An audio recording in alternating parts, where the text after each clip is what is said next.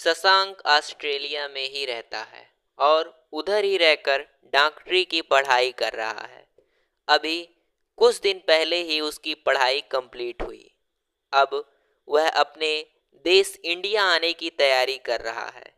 India में उसे दिल्ली में एक बड़ा हॉस्पिटल मिल गया, जहां पर उसको अपॉइंटमेंट किया गया है। वह इंडिया जाने के लिए उत्साहित है, क्योंकि पूरे 4 साल बाद भाई इंडिया जा रहा है। फटाफट से अपनी पैकिंग करता है और इंडिया जाने के लिए निकल जाता है। फ्लाइट में बैठकर अपने घर परिवार के बारे में सोचता है, अपने दादा दादी को याद करता है, अपने मम्मी पापा को भी याद करता है। अपने दादा दादी से शशांक को कुछ ज़्यादा ही लगाव था, क्योंकि उसकी दादा दादी उसको बहुत प्यार करते थे, हर एक बात मानते थे। शशांक को वह दिन भी आज याद है, जब उसकी वजह से दादी ने मम्मी से कितनी डांट खाई थी। और एक बार तो मम्मी मुझे मार रही थी तो गलती से मेरा थप्पड़ दादी को लग गया था। मेरी वजह से दादी ने मुझे बचाने के चक्कर में मम्मी से भी थप्पड़ खा लिया था। उसके दादाजी प्रहलाद और दादी नीलम अपने पोते को जान से भी ज़्यादा प्यार करते थे। जब शशांक विदेश जा रहा था तो हफ्ते भर से दादी के तो आंखों के आंसू ही नहीं रुक रहे थे, क्योंकि घर में एक शशांक ही था, जिसकी वजह से उन्हें घर में बहुत अच्छा लगता था। दादी कहती हैं, बेटा शशांक, तुम दिल्ली पढ़ने के लिए चले जाओगे तो मुझे तो इस घर में अच्छा ही नहीं लगेगा। मैं तुम्हारे बिना कैसे रहूंगी। तुम जल्दी से अपनी पढ़ाई पूरी करके वापस आना। तुम्हारे दादाजी की तबीयत ठीक नहीं रहती, तो डॉक्टर बनकर जब आओगे तो सबसे पहले अपने दादाजी का ही इलाज करना। शशांक भी अपने दादा दादी के गले लग जाता है और कहता है, मैं जल्दी ही डॉक्टर बनकर आऊँगा और दादाजी का जल्दी से जल्दी इलाज कर दूंगा, और आप चिंता मत करना। शशांक विदेश चला जाता है। विदेश में 4 साल तक की पढ़ाई करने के बाद आज वह इंडिया वापस आ रहा है, वह भी दिल्ली के एक नामी अस्पताल में एक डॉक्टर बनकर। इधर प्रहलाद जी की तबीयत आज कुछ ठीक नहीं थी, इसीलिए पास के ही सरकारी अस्पताल में अपनी पत्नी नीलम को लेकर दिखाने के लिए चले जाते हैं। 10 रुपए का पर्चा कटवाते हैं और डॉक्टर को दिखाते हैं। डॉक्टर प्रहलाद जी को देखने के बाद कहता है कि आपकी शुगर तो बहुत ज़्यादा बढ़ी हुई है और बीपी भी। मैं आपको कुछ दवाइयाँ लिख देता हूँ, बाहर दुकान से ले लेना। मैं आपको सरकारी दवाइयाँ ही लिखता हूँ, जो सस्ती भी है, आप आराम से खरीद लेंगे। क्योंकि सरकारी अस्पताल में बैठने वाला डॉक्टर प्रहलाद जी को अच्छी तरह से जानता था और उनकी परिस्थितियों से भी अच्छी तरह से परिचित था। प्रहलाद जी डॉक्टर का धन्यवाद करते हैं और दवाइयाँ का पर्चा लेकर बाहर से दवाइयाँ खरीद लेते हैं। एक हाथ में अपनी दवाइयाँ और छड़ी को पकड़े हुए और एक हाथ में अपनी पत्नी का हाथ पकड़कर रोड के पास आकर खड़े हो जाते हैं और ऑटो का इंतजार करते हैं। आसमान की तरफ देखते हुए नीलम कहती हैं कि ऐसा लग रहा है कि आज तो बारिश होगी, चारों तरफ से बादल छाए रहे हैं। चलो जल्दी से ऑटो कर कर चलते हैं, नहीं तो हम दोनों भीग जाएंगे और तबीयत खराब हो जाएगी। तभी दूर से उन्हें एक ऑटो आता हुआ दिखाई देता है। नीलम जी ऑटो का हाथ देती हैं और उसमें बैठकर अपने घर की तरफ चल पड़ती हैं। ऑटो में बैठते ही झमझमा के बारिश शुरू हो जाती है। बारिश को देखते ही प्रहलाद जी अपनी पत्नी नीलम से कहते हैं, याद है नीलम, तुम्हें बारिश में कितना पसंद आता है। अरे हर बारिश में तुम 1 से 2 बार तो जरूर भीगती थी, लेकिन अब तो हमारी उम्र हो गई है, अब तो बारिश से डर लगता है कहीं भीग कर बीमार ना पड़ जाएं। बातों बातों में उनका घर भी आ जाता है, लेकिन उनके घर के पास वाली गली बहुत सकरी हो जाती है, जहां पर ऑटो नहीं जा सकता, उन्हें पैदल ही आना पड़ेगा। इसीलिए दोनों लोग अपने घर के बाहर वाली गली में ही उतर जाते हैं। बारिश बहुत तेज हो रही थी, लेकिन घर भी पहुंचना है। नीलम जी अपने पति की दवाइयों को एक पॉलीथीन में लेकर अपने साड़ी के पल्लू से छुपा लेती हैं और अपने पति का हाथ पकड़कर धीरे धीरे घर की तरफ चल पड़ती हैं। कहीं उनके पति फिसल कर गिर न जाएं, इसीलिए वह अपने पति का हाथ पकड़कर धीरे धीरे चली आ रही हैं। घर के बाहर वाले कमरे में बैठी बहू दूर से ही अपने सास ससुर को बारिश में एक दूसरे का हाथ पकड़कर आते हुए देख लेती है और अपने पति पवन को बुलाते हुए कहती है, देखो इतने बुढ़ापे में भी तुम्हारे मम्मी पापा इश्क फरमा रहे हैं। दोनों लोग बारिश में भीगते हुए एक दूसरे का हाथ पकड़कर चले आ रहे हैं। इनको बिल्कुल भी शर्म नहीं आती। इतना बुढ़ापा आ गया है और मोहल्ले के चार लोग देखेंगे तो क्या सोचेंगे कि बूढ़ी घोड़ी लाल लगाम। पवन भी आंखें तरेरता हुआ कहता है, आने दो आज मम्मी पापा को, देखता हूँ, अच्छी तरह से समझा दूंगा। इस मोहल्ले में हमारी बड़ी इज्जत है, पूरी इज्जत को मिट्टी में मिलाकर रख देंगे यह दोनों बुढ़ा बुढ़ी। बुढ़ापे में भी हाथ पकड़कर चल रहे हैं, शर्म नहीं आती। लेकिन वह दोनों यह समझने के लिए तैयार नहीं थे कि उनके माता पिता एक दूसरे का हाथ इश्क फरमाने के लिए नहीं बल्कि एक दूसरे को सहारा देने के लिए पकड़े हैं, कहीं बारिश में कोई फिसल कर गिर न जाए। जैसे ही नीलम जी और प्रहलाद जी घर पर आते हैं, बेटा चिल्लाता हुआ कहता है, तुम लोगों को शर्म नहीं आती? घर में बहुएं आ गई हैं, नाती पोते इतने बड़े बड़े हो गए हैं, फिर भी एक दूसरे का हाथ पकड़कर पूरे मोहल्ले में बड़ी शान से चले आ रहे हो। नीलम जी अपने बेटे से कहते हैं, बेटा मैंने तुम्हारे पिताजी का हाथ इसीलिए पकड़ा था कि कहीं वह फिसल कर गिर ना जाएं। तुम्हें तो पता ही है, पिछली बार गिर गए थे तो 6 महीने तक पैर ठीक नहीं हुआ था। और बेटा मैंने तुमसे पहले ही कहा था कि तुम अपनी कार में लेकर पिताजी को डॉक्टर के पास दिखा कर आओ, लेकिन तुमने मना कर दिया था कि तुम्हारे पास समय नहीं है, इसीलिए मुझे जाना पड़ा। बारिश हो गई तो इसमें मेरी क्या गलती। इतना कहकर नीलम जी अपने गीले कपड़ों को बदलने चली जाती हैं और अपने पति को भी सूखे कपड़े निकाल कर देती हैं कि आप भी कपड़े को बदल लीजिए। प्रहलाद जी ट्रांसपोर्ट का काम करते थे, लेकिन अब उनकी तबीयत ठीक नहीं रहती, इसीलिए उन्होंने इस काम को छोड़ दिया है। उनसे इस उम्र में अब चलना फिरना नहीं बनता और ना ही तबीयत भी ठीक रहती। पवन ने भी अपने पिता के ही बिजनेस को अपनाया था। ट्रांसपोर्ट में प्रहलाद जी की अच्छी खासी पहचान थी, इसीलिए उन्होंने अपने बेटे को भी इसी लाइन में लगवा लिया। बेटा भी अच्छे खासे पैसे कमाने लगा था। प्रहलाद जी के पास जितने भी जमा पूंजी थी उन्होंने अपने बेटे पर खर्च कर दी थी और जितने भी पैसे कमाए थे वह घर बनवाने में खर्च कर दिए थे। उन्होंने अपने बुढ़ापे के लिए बिल्कुल भी पैसे नहीं जोड़ रखे थे। अब जब बुढ़ापे में उनकी तबीयत खराब होती तो उन्हें दवाइयों के लिए, छोटी छोटी ज़रूरतों के लिए अपने बेटे और बहू के आगे हाथ फैलाने पड़ते थे और बेटे बहू को 100-50 देने में भी आफत आ जाती थी। बहू अपने लिए 5,000 की शॉपिंग कर ले, उससे बेटे को कोई दिक्कत नहीं होती, लेकिन अगर माँ बाप के ऊपर 500 भी खर्च हो जाएं तो बहू घर में कलह कर देती कि घर में बैठे बैठे बस खर्चे बढ़ाते रहते हैं, ना तो कुछ पैसे बचाते हैं और ना ही कमाते हैं, मेरे ऊपर बोझ बनकर बैठे हुए हैं। एक दिन नीलम पवन से कहती है कि मैं तुम्हारे माँ बाप से बहुत तंग आ चुकी हूँ, अब मैं इनको साथ नहीं रह सकती। एक तो इनके खर्चे उठाओ, ऊपर से बुढ़ा बीमार रहता है, तो अब सास भी कोई काम नहीं करती, पूरा दिन अपनी पति की देखभाल ही करती रहती है। मेरे बस का नहीं है इन बुढ़ा बुढ़ी को बनाकर खिलाना। तुम ऐसा करो, या तो इनको किसी वृद्धाश्रम में छोड़ कर आओ या फिर घर से निकाल दो। अब मैं उनको अपने घर में नहीं रख सकती, मेरे यह किसी काम के नहीं हैं। अब घर में बैठे बैठे बस खर्चे बढ़ाते हैं।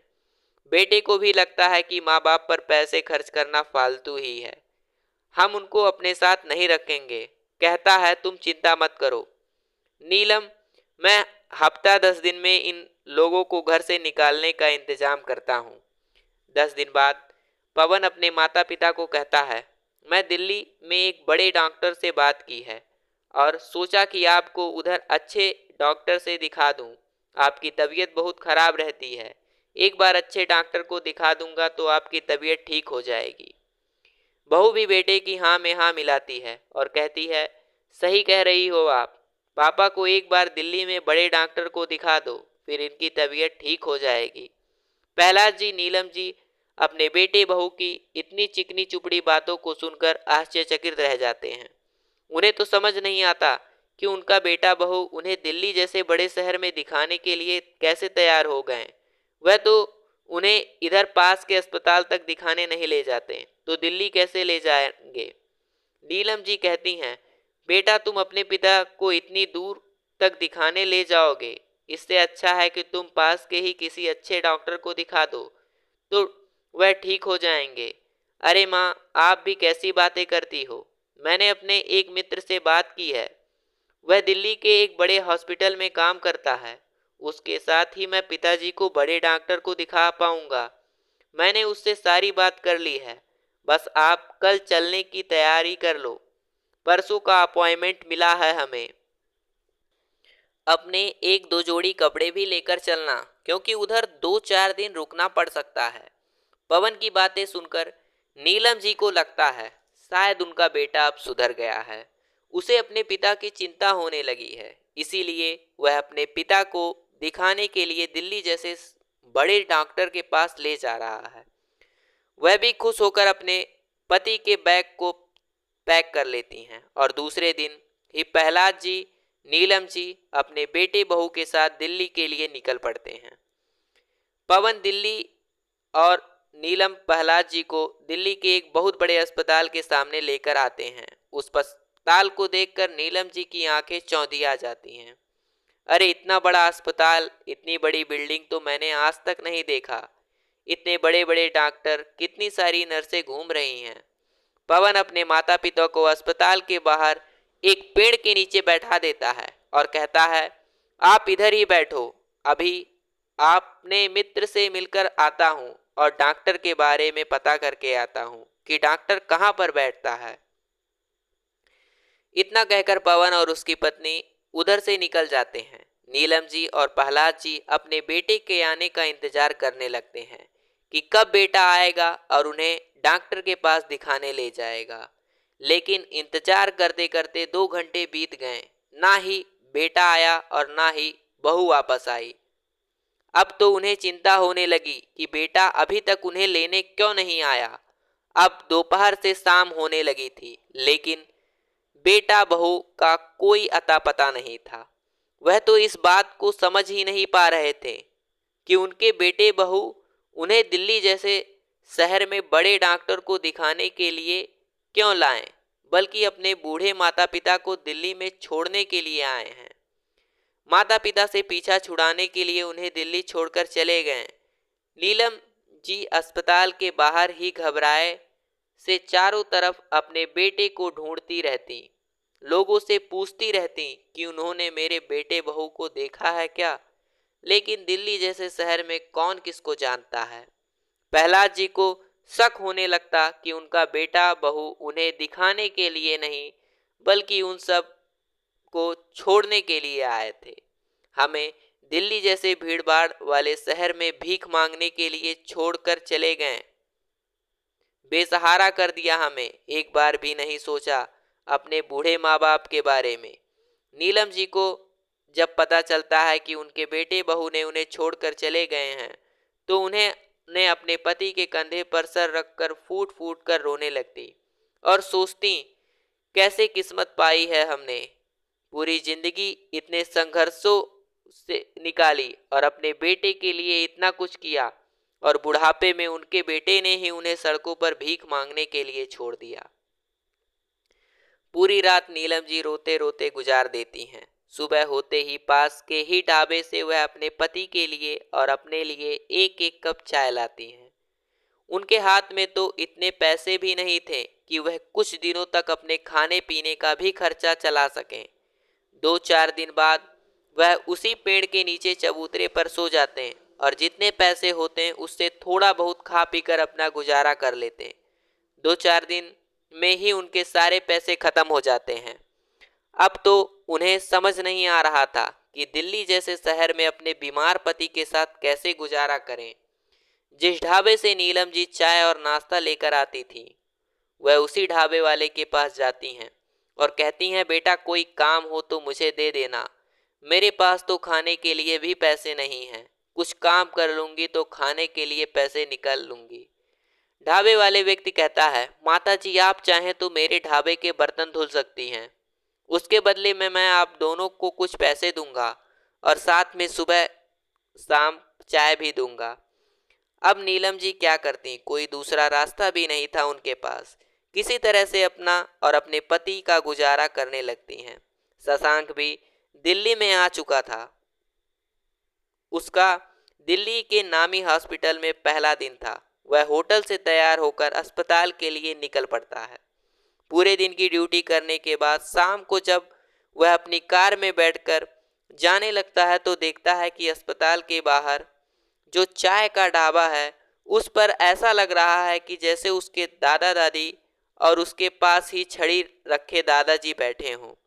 लेकिन फिर आगे को चल जाता है कि मेरे दादा दादी इधर क्या करेंगे, वह भी चाय की टपरी पर। लेकिन उसका मन नहीं मानता है। शशांक दोबारा से अपनी कार को वापस घुमाता है और उस चाय की टपरी के पास आता है।